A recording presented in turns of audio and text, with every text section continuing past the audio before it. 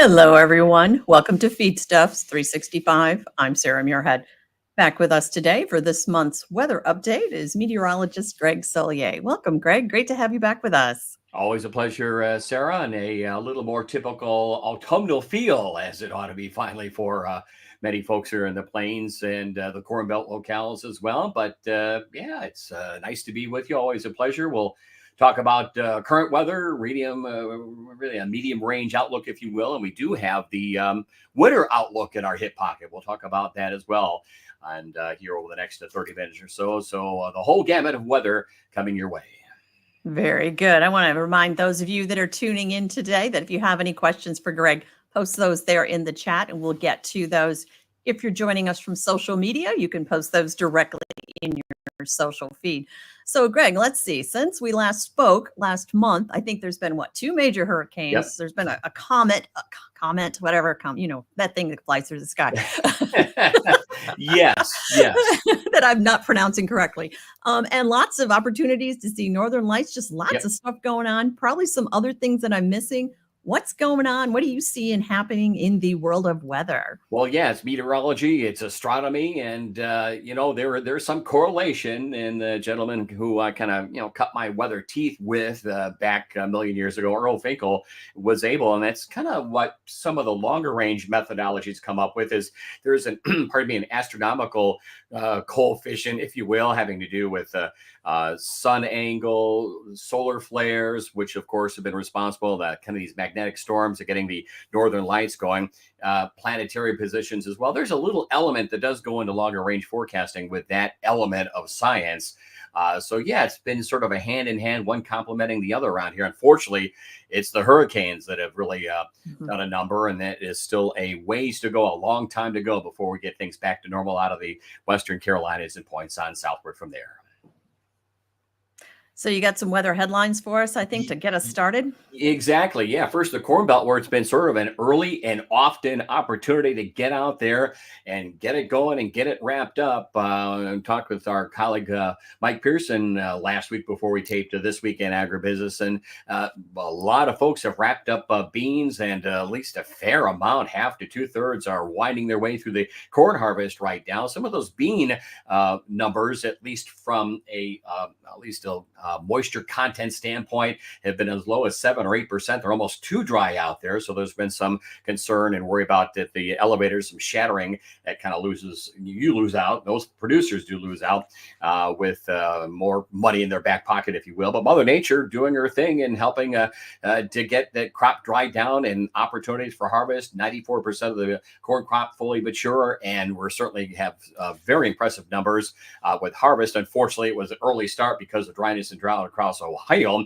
95% of the beans are dropping leaves, so no impact at all really on the frost and freeze, which is climatologically speaking kind of happening at the right time of the year, the correct time of the year, into early to mid-August over the northern and central Corn Belt locales. So some folks, not only in the plains, but in the southern Midwest, are probably holding off on winter wheat planting because of the lack of organized wet weather. Although we had moisture from Helene into southern reaches of the Midwest and the Ohio Valley a couple of weeks ago, but most everyone else outside of this little stuff that's blown in off the Great Lakes, lake effect rain the past couple of days, that has really been it on any significant moisture. So some good gains on dry down, moisture reduction, and harvest operations across the Corn Belt.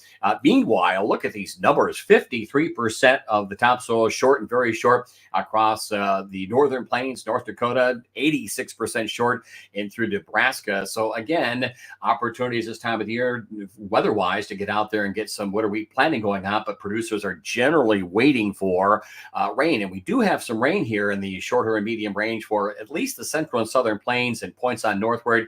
Don't think there's anything of significance in the Corn Belt locales, especially in some of the drier areas. That's really over a wide area. The Corn Belt, we'll take a look at that in just a minute. Southern states, of course, cleanup, recovery, and that'll be weeks and months and probably years out of eastern Tennessee, the western reaches, the Carolinas down through Georgia. Apart and away from that, soils are dry, would you believe, where there's been an absence of any tropical systems. Arkansas, the Delta region, eastern Texas.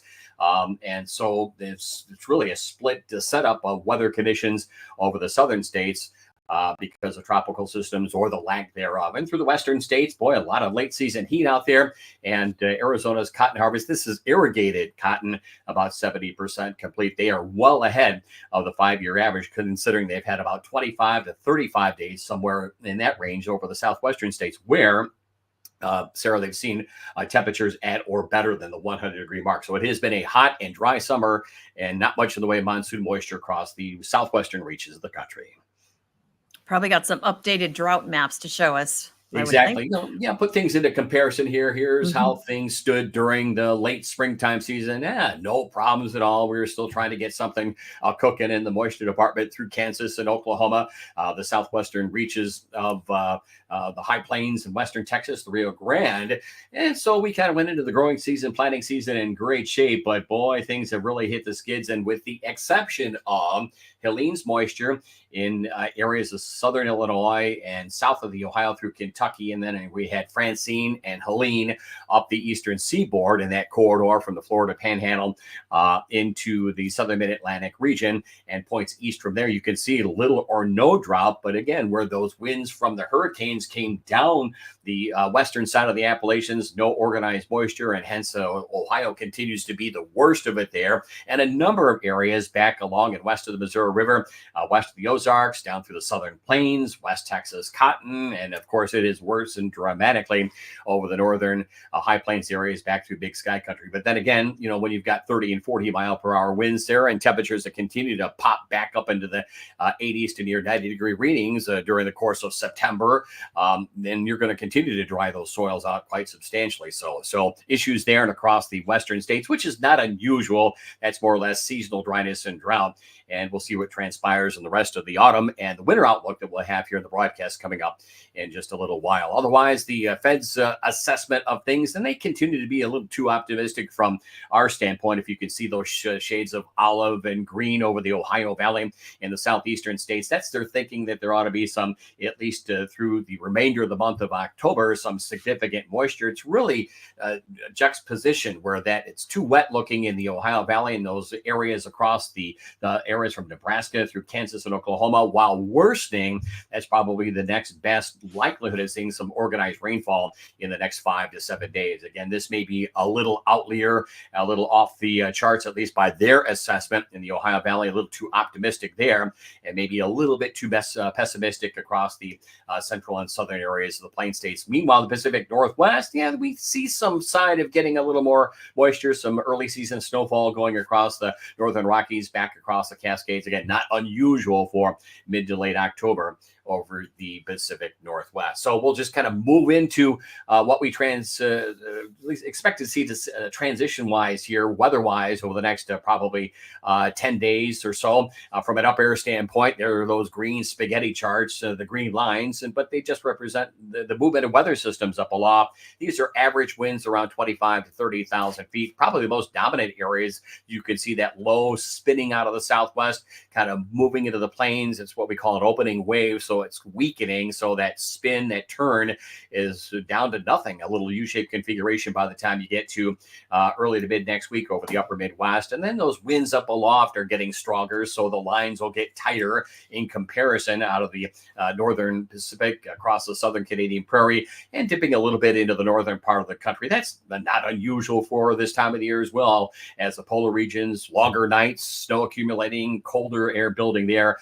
So it's pretty much by the time you get to the 30th or 23rd or 30th of October, pretty much the way the upper pattern ought to be laying out, at least as it applies to the northern plains and sections of the upper Midwest. If we take things out through the 23rd on the surface charts here, again, you see that big double barrel high over the central and eastern Corn Belt, mid-Atlantic region.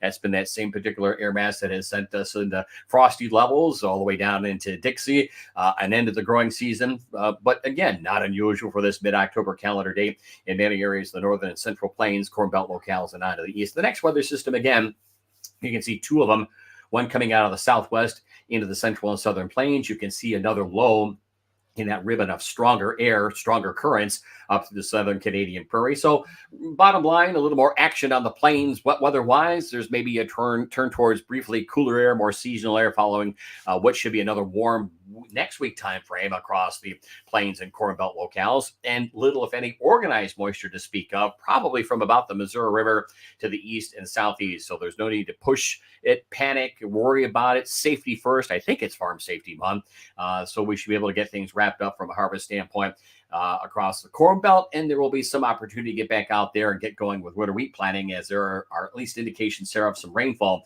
prospects moving into the plains here over the next couple of days.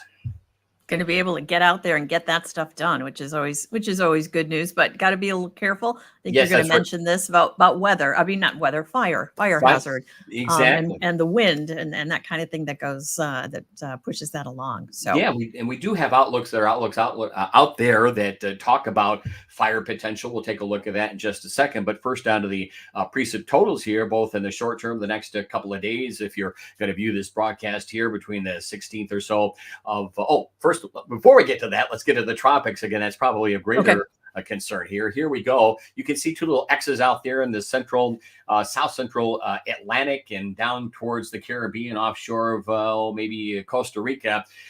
That's where systems for now, at least probably the next 10 days to 2 weeks. And yes, we're going to probably run well into November with tropical systems. The winds up aloft are too strong over the northern and central Atlantic. That's called wind shear. It's literally lopping off the tops of thunderstorms. And so this is all we have to really speak of in the tropics, and what are still very warm waters, despite all the turning over of the waters from the tropical systems out of the Gulf the past few weeks. So there's two areas that we're keeping an eye on, one towards Windward Islands, one again down towards Central America. And the prospects are here over the next 7 to probably 10 days. This is about the right likelihood. And we'll keep an eye on that system over the Windward Islands, the South Central Atlantic, and a run into the Caribbean. That may be something that makes, again, landfall somewhere, or at least a movement into the eastern and southeastern Gulf of Mexico with time. And that's really kind of the thinking down the line for the rest of the autumn season here. From our standpoint, is the tropics will stay busy. That means at least through just about the remainder of the fall season, well into November, outside of some little drop off in temperatures from time to time. We don't foresee any major cold air intrusions, nor any major moisture makers for the heartland, the plains, the Corn Belt locale. So it ought to be pretty much steady as she goes, and an early wrap on the fall field work and harvest related duties for this year. And the waters across the Pacific, as you would expect, in a winding down, or really back into a neutral state and approaching La Nina setup here, things remain remarkably quiet, as they should be in the open waters of the Pacific. Moisture the next at least a couple of days through the middle part of the month of October. That's scant, something still off the Great Lakes regions. And yes, you can generate lake effect rain and thunderstorms and a little hail. We had that south of Lake Michigan and some of those lower Great Lakes regions over the past couple of days. But you can see some moisture across the western states and into the central Great Basin. A little something offshore of the Carolinas. They don't need any more rainfall out there. The next 7 to 10 days, significant moisture of an inch or two over the central and southern high plains, the western half of the winter wheat belt. So once that moves through, there should be opportunities for resume winter wheat planting, and probably some pretty good germination finally, considering there's no real cold air in sight. Mild days are ahead, and if you can get some moisture out there, not drought ending by any means, but this is probably the next best thing we could do with soil moisture into the Plain States areas. Pacific Northwest getting a little active, and again, roughly from about the Missouri River and the Red River Valley, the north end of the east, just not a whole lot going on, Sarah, in the moisture department here over the next 7 to 10 days out across the nation's midsection. Always good to get that precip in the ground too before it freezes. Yep. And I think that will be the story. And we'll talk about that when we get to the longer range aspect around here. We see more rain and more mild first in the back end of autumn, beginning part of winter, and then make our transition with time into the colder stuff and begin to firm things up and start to worry about feedlot conditions and footing for livestock and all that. So far, the pendulum, at least as it applies to the Corn Belt and probably a good part of the plains too with time, looks to be pretty much on a more positive note, away from all the dryness and drought-related talk that continues to go on. Very good. What else you got for us? Here we go. That fire question No. that you had Mhm. brought up. This is kind of just off the Weather Service here. We look at elevated risk versus critical risk, and if basically, hot engine equipment on dry vegetation, dry conditions can spark things in a hurry, and then it's just really kind of a domino effect of what can play out. We had some of these fires that broke out about a week to 10 days ago in the same particular setup. We had 80-degree warmth in the Corn Belt, Central Illinois, and a number of fires that broke out there too. And so this time of the year with harvest and or fall field work or tillage or winter wheat planting or whatever we have going on, keep an eye on this. And typically it's wind, low afternoon humidity, and warm temperature readings. So that's probably what we're experiencing and will experience over this particular part of the country. And you can often see how they line up sometimes in some of the worst dry and drought-ridden areas of the country when we get into these elevated or critical fire situation setup. So keep an eye on that for folks across the Plain States. On to the extended stuff here now. This is the 6 to 10 day, the spaghetti lines, the steering currents. Just assume the winds kind of run west to east and they blow right along parallel to those winds. So you can see some dashed red lines up across the Gulf of Alaska. That's warm air beginning to build, a ridge, if you will. Sometimes you get a ridge there, and downstream you got to move that air mass someplace. So there's some sign that with time we'll probably see some cooling out into the last couple of days, maybe towards Halloween, the first couple of days of November, but nothing bitter, nothing biting, nothing winter-like. Maybe just a return to more seasonal temperatures after what should be next week, a pretty substantial warm-up across the plains and Corn Belt locales. And there it is, at least from a government perspective. We've got no issues with this whatsoever. Looks to be on target, and that's probably capable of maybe some 75-degree air as far north as maybe Chicago, 70-degree air up to almost Green Bay, out across the plains. That's 60s and 70s. That's about 10 to 15 above average, and still some 85-degree air probably in the Tennessee Valley and southeastern states. So no need to really tap into the early season fuel bill. The consumption of that weather should be very much easygoing, that particular element of the budget. And if you look at the 6 to 10 day outlook, nothing too worrisome, a little above average garden variety stuff. We can certainly take the moisture and still move along with harvest in the Western Corn Belt, and any of those dry areas through the plains and upper Midwest will certainly appreciate the rain. So nothing really going on. Eastern Corn Belt dry as a bone, and still drier too in those hurricane ravaged areas of the Mid-Atlantic region and southeastern states. If we advance things here into the waning days of October, well, I can essentially think that through the beginning part of November, early days of November, a little U-shaped buckling, a little dip in the jet stream. So there is that cooler air and a subtle cool off for the northern plains, maybe sections of the northern Great Lakes region, and points east from there. The strength of the winds are still primarily north of the Canadian border, and that's good news all around from a temperature standpoint. Not much in the way of any significant moisture, mind you.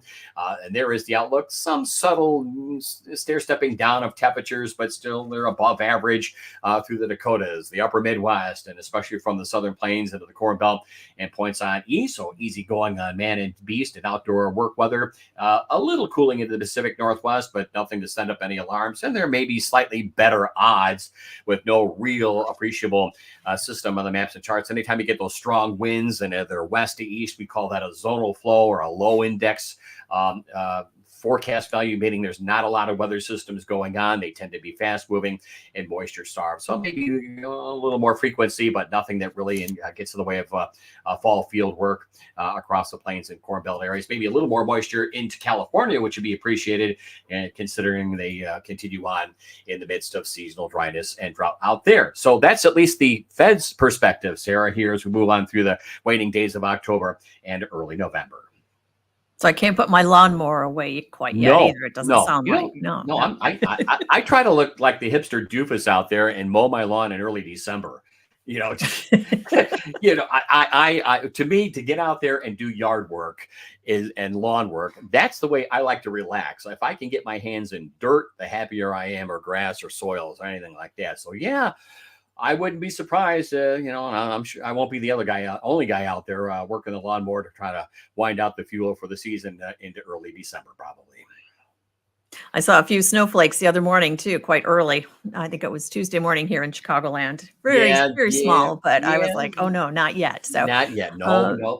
Are we given that S word yet here? Are we talking about that at all? Well, let's take a look at it from our thinking. Okay. And again, we're not going to have really much of a deviation here, we think, in the outlook for the remainder of October, late October. Above average temperatures continue on around here. No big surprise. There's nothing telltale, whether you use the models or some of the in-house technologies that we use and methodologies around here. So enjoy the mild days. No snow in the forecast, I can certainly tell you that. And the outlook through late October continues to bode well. Not great for, harvest. This time of the year, we're juggling. We got to get moisture in the ground. So you brought up a good point about getting in the ground before things firm up and freeze up. Well, at the same time, we want to wrap it up. We certainly don't want to be out there past mid-November, and certainly don't want to be out there on Thanksgiving trying to shuffle the meal down and shuffle the farm equipment through the last runs of harvest. So again, it should be an early completion this year. So wetter in the Pacific Northwest, that's good news. That's good news for Big Sky country. Probably some higher elevation snows, not unusual there. A lot of dry weather, southern Canadian prairie through the heart of the Midwest. We do still see a couple of tropical systems. One may sneak into the lower Rio Grande Valley of Texas. There may be something trying to come out of the Atlantic, as we talked about. The far southern Atlantic through the Caribbean and into the Eastern Gulf. That is probably the right area to get any late season development. And yes, the tropical weather season technically goes until November 30th, but there have been years where we get these hybrid features in the somewhere in the open waters of the Atlantic. I wouldn't be surprised we're still naming a couple of systems in the open waters of the Atlantic even into December. So that's the thinking around here for the remainder of October. We head through late autumn, and we'll see, that strengthening branch to the jet stream will from time to time settle southward.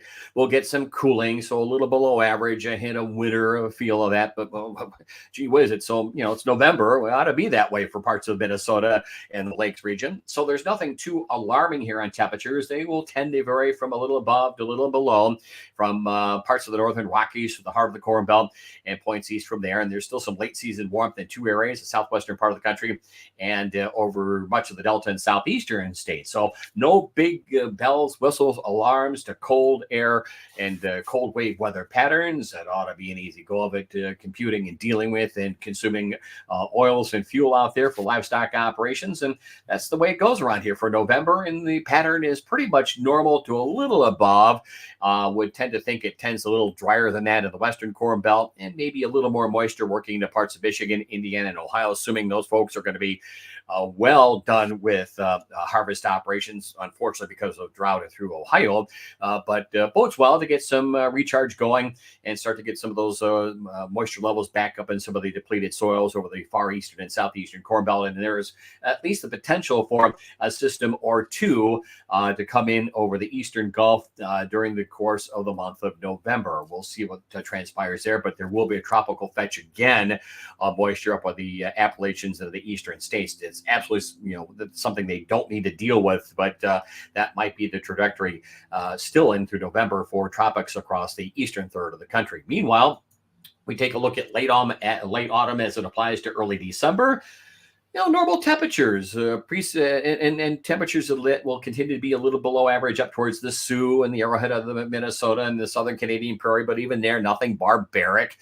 Some warmth over the western parts of the country, some warmth over the southeastern parts of the country, a little dip, that U-shaped buckle and bend through the jet stream pattern through the western Corn Belt that serves up this particular setup. So we're beginning to start that process. So if we got temperatures that are normal to a little above, that still allows at worst some thaw-free cycles, but most likely, considering the warmth that's going to be in the soils already, some opportunity to get that recharge process going. If we're looking for some snowfall, it's probably from the Twin Cities to Lambeau and points northward from there, as it ought to be for early December.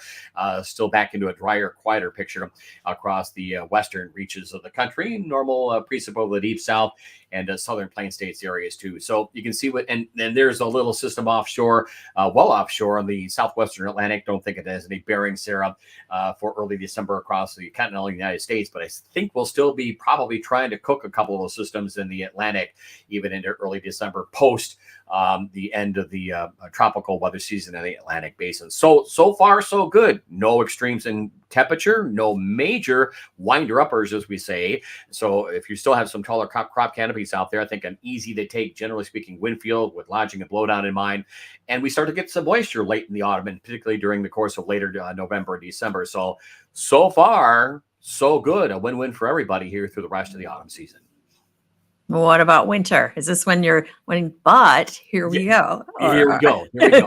It's again, when we talked about briefly, we're transitioning out of this El Nino setup into what we think now is more of a neutral state atmosphere.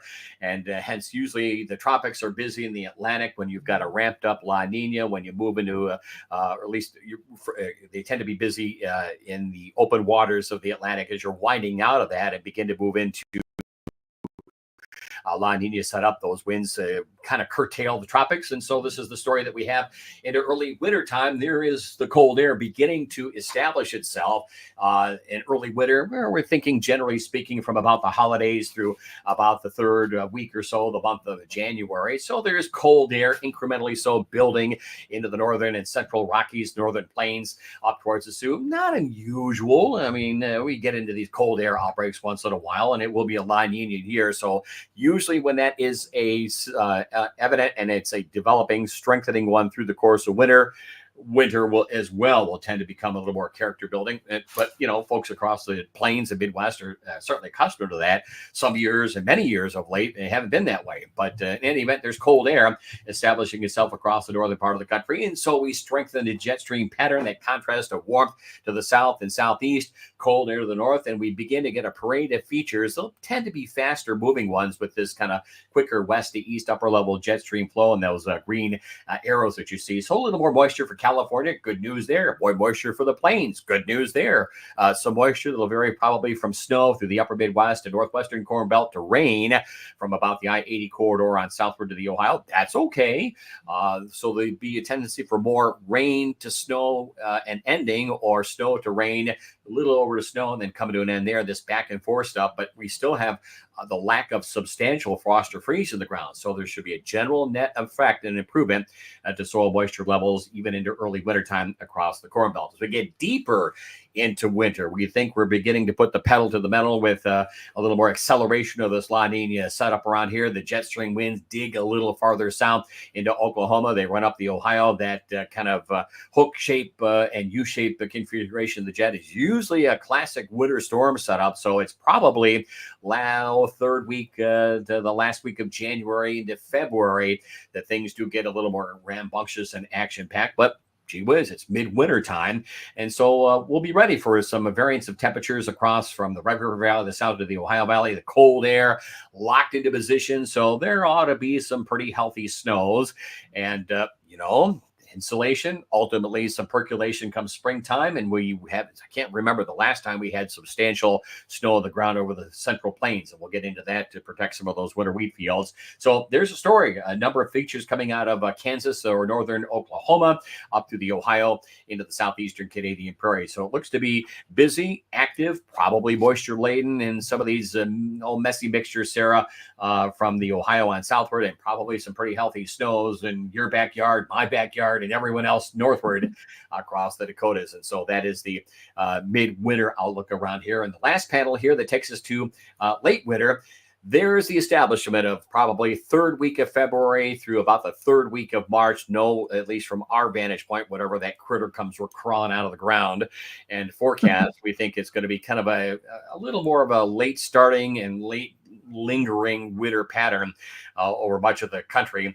Temperatures for the snowbirds are trying to get into the southeastern states. There'll be some degree of warmth there, and the precip pattern ought to be no shortage of snow and ice over much of the plains, the southern Corn Belt into the upper Midwest, the Northeast, and New England. So yeah, I think so far from what we can tell, it's going to be a relatively normal occurrence around here of getting into the roughest parts of wintertime.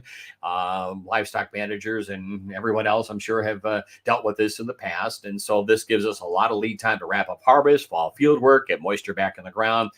Everything points towards, getting more, busier as the winter season goes on, but improved soil moisture conditions as we get deeper into autumn and early winter across a wide area of the plains and especially the Corn Belt too. Very good. And of course, we'll be back every month to give an update to, let folks know where we're at from that precipitation and temperature standpoint as we move through winter. That's right. Appreciate. Yes. And every week on This Week in Agribusiness, we'll be able to update that with Mike Pearson and yours truly. That's right. Greg is on every weekend on This Week in Agribusiness, which is on RFD TV, as well as a number of other affiliated stations across the country. And you do a bunch of radio stuff too. And I think that's on a daily basis, right? That's So yeah, that's right here. there's no Never getting away ends. from you. Yeah, remember. I think the last time I had a day off when I was probably when I was 14 when I got in the weather business, one of those weather stations for Christmas. But more on that later. Very good. All right. Well, thank you so much for joining us here today, Greg. Great to see you again. Same here. And thank you all for tuning in and giving us a little bit of your afternoon. We appreciate that. On behalf of Feedstuffs, I'm Sarah Muirhead.